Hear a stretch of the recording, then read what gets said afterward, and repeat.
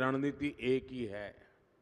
देश में अराजकता फैलाओ, अस्थिरता फैलाओ, देश मुश्किल में आ जाए, लेकिन कैसे भी करके इन्हें मोदी को बदनाम करना है। उन्होंने 100 साल की आपदा, सबसे बड़ी आपदा कोरोना के दौरान यही खेल खेले। भारत का कोविड मिशन फेल हो, भारत का वैक्सीनेशन मिशन फेल हो, इसके लिए उन्होंने हर प्रकार के हथकंडे अपनाए।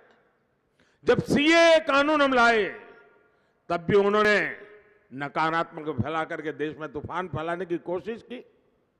आप मुझे बताइए, बंटवारे के समय तब के जो हिंदू, सिख, ईसाई पाकिस्तान में रह गए थे, क्या भारत के प्रति कोई जिम्मेदारी नहीं है? बंटवारा तो धर्म के आधार पर हुआ था ना, तो जो पीछे रह गए उनका क्या कसूर था? अब भारत ऐसे पीड़ितों को नागरिकता दे रहा है तो कांग्रेस को परेशानी हो रही है। साथियों, आज भी कांग्रेस अपनी हरकतों से बाज नहीं आ रही है। इन्होंने हर बार चुनाव हार जाए तो बहाना ढूंढते हैं, ईवीएम ने मार दिया, ईवीएम ने मार दिया, ईवीएम, और जहां जीत जाए तो चुप। ईवीएम के विरुद्ध देश को भड़काने का प्रयास कर रहे हैं। अभी सुप्रीम कोर्ट ने उनको ऐसा चांटा मारा, ऐसा चांटा मारा है, अब पता नहीं वो बोल नहीं पाएंगे कभी। अब इन्होंने क्या चलाया? संविधान खतरे में है, आरक्षण चला जाएगा। ये जो संविधान और आरक्षण की बातें करते हैं ना कांग्रेस वाले,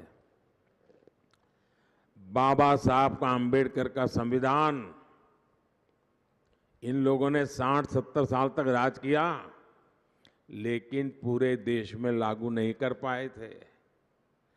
कश्मीर में ये संविधान लागू नहीं हुआ था। कश्मीर में दलितों को, आदिवासियों को, पिछड़ों को आरक्षण नहीं मिलता था। ये बड़ी बड़ी बातें करते हैं। ये मोदी है जिसने आकर के 370 हटा करके संविधान को कश्मीर में लागू किया। कश्मीर के अंदर जो दलित हैं उनको 70 साल के बाद अधिकार मिले, आदिवासियों को अधिकार मिले, महिलाओं को अधिकार मिले, ओबीसी को अधिकार मिले। संविधान की पवित्रता हिंदुस्तान के हर कोने में सुरक्षित करने का काम मोदी करता है। क्यों? मोदी संविधान के प्रति समर्पित है।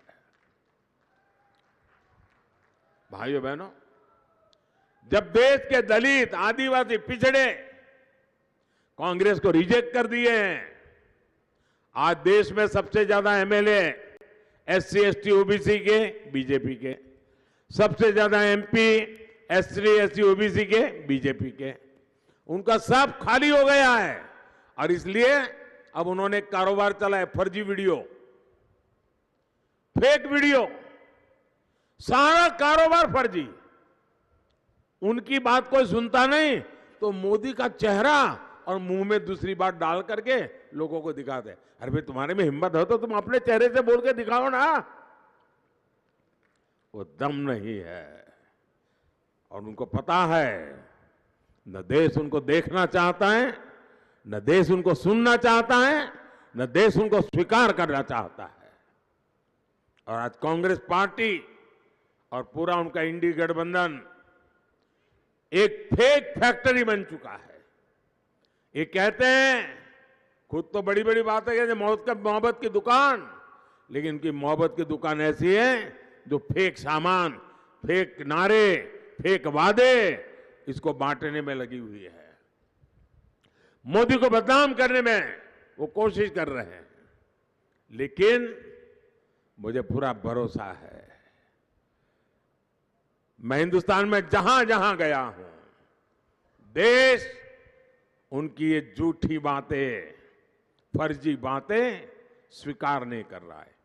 पहले और दूसरे चरण में जो मतदान हुआ है, उनके होश उड़ गए हैं और बहानेबाजी खोज रहे थे।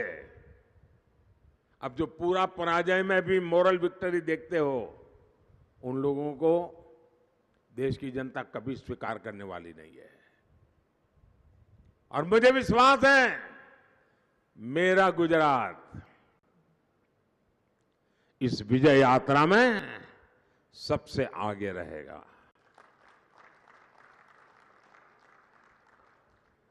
सबसे ज्यादा वोट गुजरात देगा, सबसे ज्यादा बूथ विजयी करके गुजरात देगा और सभी की सभी सीटें गुजरात देगा।